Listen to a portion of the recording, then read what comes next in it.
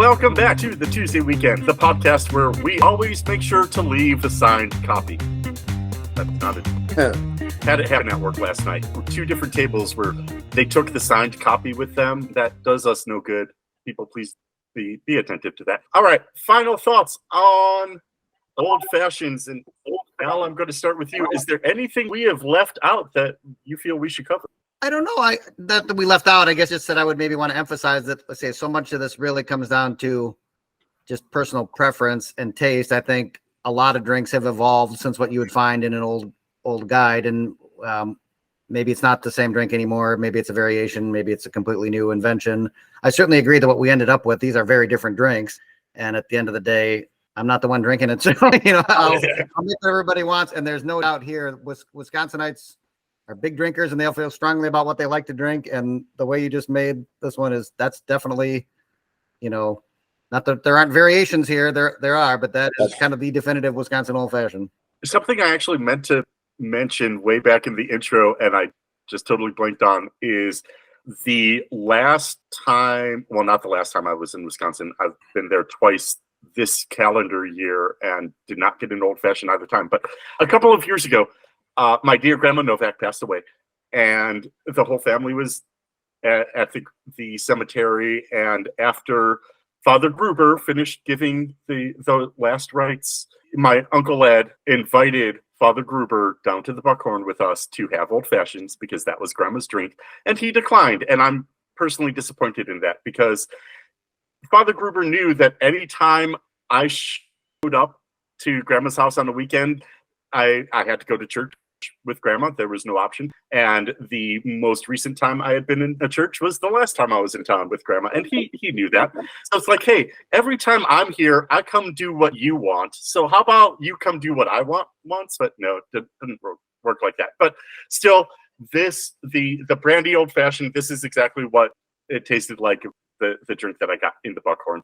So yeah, go Wisconsin. Yes. So I will also say the whiskey one, the more I'm sipping on this, I'm really enjoying both of these drinks, so I'm not going to put either one down. Something else you have a little bit of difference on here too is because of the soda and the brandy old fashioned, that's pretty much what you taste first is what you're getting last. When you're going with more of just a straight spirit forward cocktail, you got a little bit of a time variance where that first sip is going to be harsh and bitter just because you've got the full on alcohol that's barely been chilled down. 5 minutes in, it's going to mellow out a little bit and also have drawn a little bit more of the sugar out of the cherry and the orange. Yeah, no, I feel you've got kind of an evolving character as you're going through drinking that. Then you're going to notice that as you, like I said, like you take another sip and it's like, oh, it really mellows out, gets that sweetness and smoothness to it. You'll get an old fashioned, you'll let it sit for a minute or two before you really even take a sip because you want to let that drink get all the flavors in and get that all together at the same time. I mean, if you want to drink it fast, sure, go right ahead. But at that point, you're like the people slamming martinis going like, oh, there's a hole in my glass. I'll still just see the Wisconsin old fashioned as basically a brandy highball with some fruit in it. That's just how I've seen them forever. And I see the old fashioned, the classic old fashioned, I guess we could call it, or whatever, as more of a cocktail versus I think the Wisconsin one's just basically a highball. But I mean, I didn't dig into the history like you did. Certainly when I was taught to make them that way in the 80s, it wasn't like, hey, here's this new thing. I mean, that's already how they've been making them for decades. And that's how I learned to make them too. I started about the same time you did, and I made them that way for a decade. And it was like, here's how you make an old fashioned. I'm like, okay. And I'm like, I thought they tasted like garbage.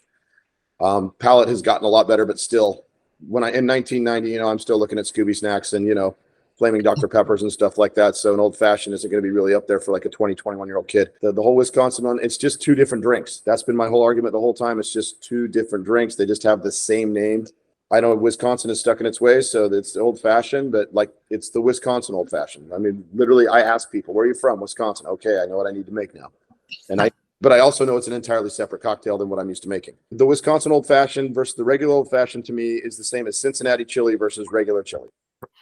One's the actual real thing that you eat, and the other one is a one reasons version of that says, hey, this is how we do it. This is the best way.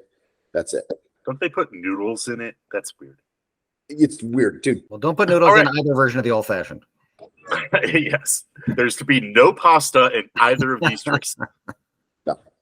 All right. And with that, I'm going to go to my last and probably favorite segment of our podcast, and that's a restaurant shout out where we take a chance to shout out all the small local places that we love. And today I am going to shout out Big Shake's Hot Chicken and Fish in Franklin, Tennessee. a local Black-owned business that puts to shame anything I have found out west that calls itself Nashville Hot Chicken. If you're in the area, go check out Big Shakes. They're great. They've got 5 heat levels, and I'll usually go with 4, and then D, my wife, would get the hot. I think it's the atomic one, and it's just a little too spicy for me, but go check it out. And actually, since Trae hasn't been able to speak much today, Trae, anything you would, or any restaurant you would like to shout out today? I'm actually going to shout, because I have had nothing to say on this, I'm also going to shout out a bar that I do not know a heck of a lot about, but I know the staff who are really amazing. There is a bar here in Boulder called License One that's got some great bartenders that are super friendly, and I'm sure they're pouring delicious drinks, but I don't know because I don't go to bars. But you should go there because they have great service. Yeah, back in college, there's a really cool place called Ted's Hot Dogs. Ted's Hot Dogs is based out of Buffalo, New York. So there's one in Buffalo, and then there's 3 or 4 in Tempe, Arizona, because there's a lot more people there. Big foot long hot dogs, Loganberry shakes, garlic fries covered in Parmesan and stuff. Just great place. Every time I'm back in town in that area to see my friends, I always make sure to stop in for lunch. Just absolutely love that place. All right. And Alan, any restaurant you would like to shout out? I mean, I got to give the shout out to Christie's Landing, my employer since 1992. It's a very fun vibe. Like I say, family owned business, 3rd generation of owners, been there since 1936. Nice view of scenic Lake Wabisa, and it's a good fish fry and good food all week long. And yeah, it's a very, very fun, just kind of neighborhood, not corporate kind of vibe. I want a t-shirt. That sounds cool. Yeah. All right, Seriously, I'll take one.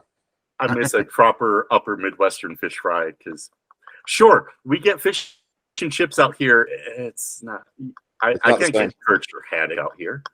All right. And with that, I'm going to try to figure out what I'm going to do with all these dehydrated oranges that I made.